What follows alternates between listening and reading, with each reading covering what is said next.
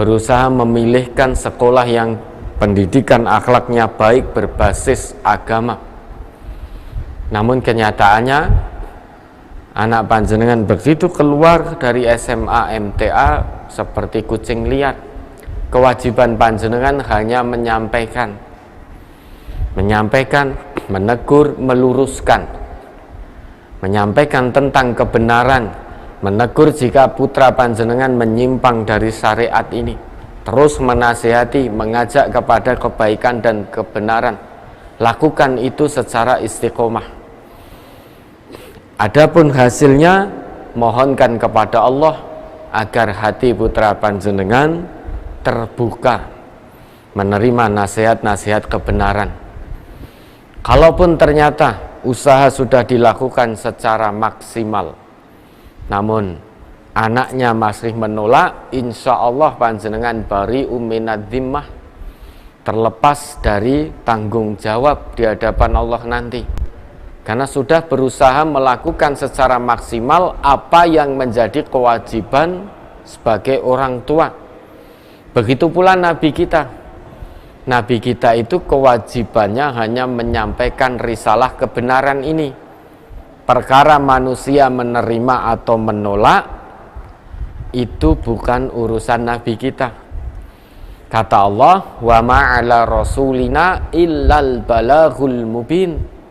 Kewajiban Rasulku, Rasul kami, itu tidak lain dan tidak bukan hanya menyampaikan kebenaran ini secara gamblang.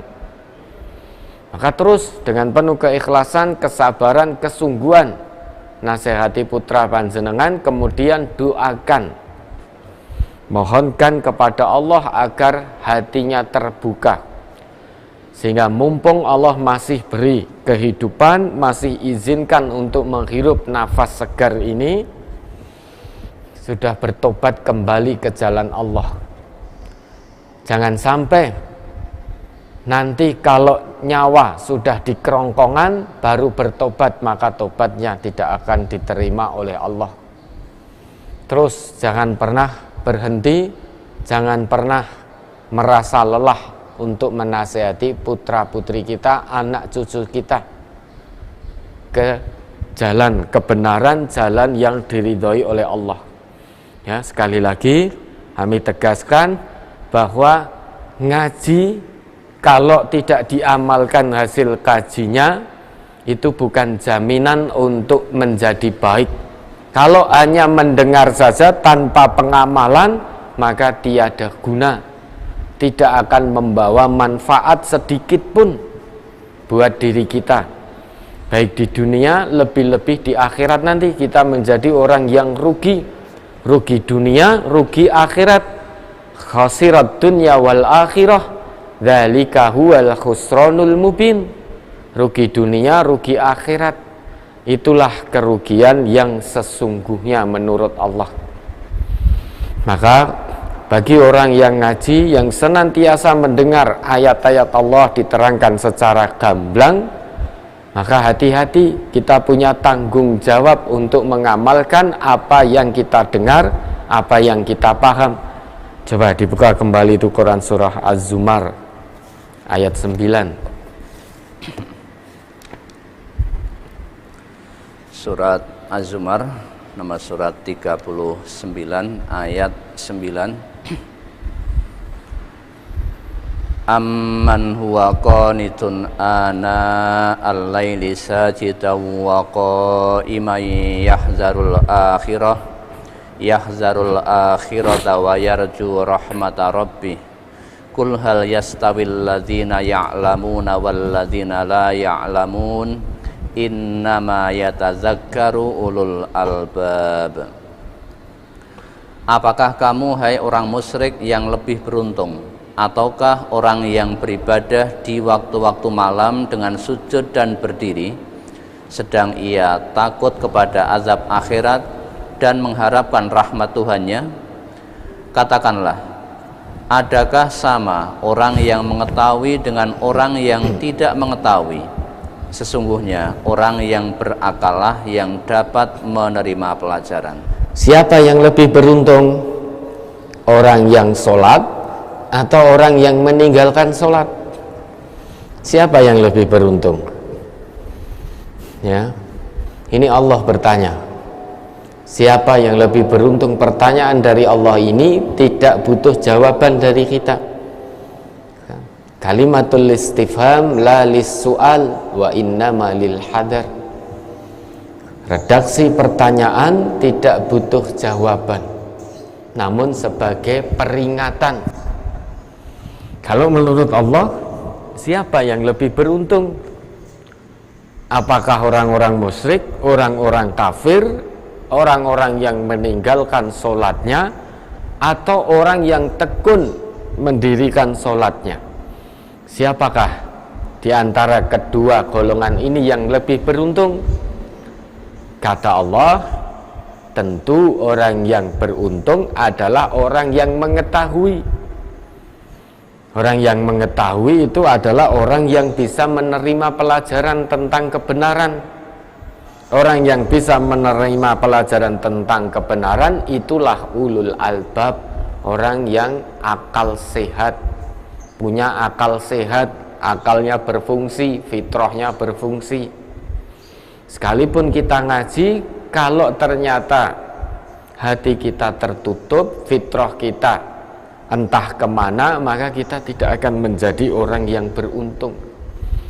Di samping itu, dalam ayat ini, ayat yang berbunyi qul hal yastawil ladzina ya'lamun wal ladzina la ya'lamun, itu bukan hanya sebatas apresiasi dari Allah bagi orang-orang yang tahu, bagi orang-orang yang berilmu, bagi orang-orang yang paham saja, bukan. Selain memang ayat ini apresiasi dari Allah, namun ayat hal yastawil ladzina ya'lamun wal ladzina la ya'lamun, ayat ini sedang berbicara tentang dunia tanggung jawab bagi orang yang mengetahui. Orang yang mengetahui tanggung jawabnya, konsekuensinya dia mau atau tidak mau, ikhlas atau tidak ikhlas, dia harus mengamalkan apa yang menjadi pemahamannya dalam kehidupan sehari-hari. Kalau dia mengamalkan itu, maka dia adalah orang yang berakal sehat, fitrahnya berfungsi. Ya, ayat ini dunia tanggung jawab bagi orang yang berilmu. Maka kalau orang ngaji kan berarti sudah mendapatkan ilmu. Sudah mendapatkan ilmu, maka kewajibannya, tanggung jawabnya mengamalkan ilmunya, baik untuk dirinya sendiri maupun untuk orang lain, sehingga ilmunya bermanfaat bagi dirinya dan bagi orang lain. Berkali-kali kita sampaikan bahwa kita sebagai manusia ini, selain diperintah oleh Allah menjadi seorang yang soleh, kita juga diperintah menjadi orang muslih, orang yang soleh. Jadi suka gemar melakukan kebaikan. Orang muslih suka gemar mengajak orang lain kepada kebenaran dan kebaikan. Sehingga kita tidak hanya diperintah jadi soleh saja. Soleh saja tidak cukup, harus menjadi muslih juga. Selain soleh, wajib menjadi seorang yang muslih, suka berbuat kebaikan, manfaat bagi dirinya dan mengajak orang lain sehingga ilmunya bermanfaat juga bagi orang lain. Itulah perintah Allah. Jadi orang soleh dan juga muslih. Muslih saja tidak cukup, suka mengajak orang lain kepada kebenaran, kepada kebaikan, namun dia tidak mau mengamalkan kebaikan itu, akan kena ayat Allah, kabura maqtan indallahi an taqulu ma la taf'alun. Amat besar kebencian di sisi Allah kamu mengatakan apa yang tidak kamu kerjakan. Ya, suka mengajak orang kepada kebaikan, dia muslih, namun dia tidak soleh karena enggan untuk mengamalkan kebaikan yang dia serukan, dia nasihatkan kepada orang lain. Maka seorang muslim, seorang mukmin harus menjadi orang yang soleh dan muslih. Ya, sehingga sekolah di MTA itu merupakan salah satu ikhtiar, namun sekolah di MTA bukan jaminan untuk menjadi baik. Begitu pula sekolah-sekolah yang lain yang berbasis agama. Semua kembali kepada fitrahnya masing-masing, hatinya masing-masing. Kalau hatinya terbuka menerima kebenaran yang diajarkan di sekolahnya, niscaya dia akan menjadi orang baik, orang soleh, muslih, bertakwa kepada Allah, tidak akan pernah meninggalkan sholat. Kalau hatinya tertutup, niscaya dia akan menjadi orang yang rugi dunia, rugi akhirat. Dia akan tinggalkan sholat, tidak peduli, dikiranya dia akan hidup selamanya, dikiranya tidak akan dimintai pertanggungjawaban di hadapan Allah nanti. Untuk ibu, jangan bersedih hati, jangan berputus asa dari rahmat Allah. Terus nasihati anak panjenengan, tegur anak panjenengan, luruskan, diajak untuk sholat, ya, untuk jadi imam panjenengan. Setiap waktu sholat, kalau pas di rumah diingatkan, diajak.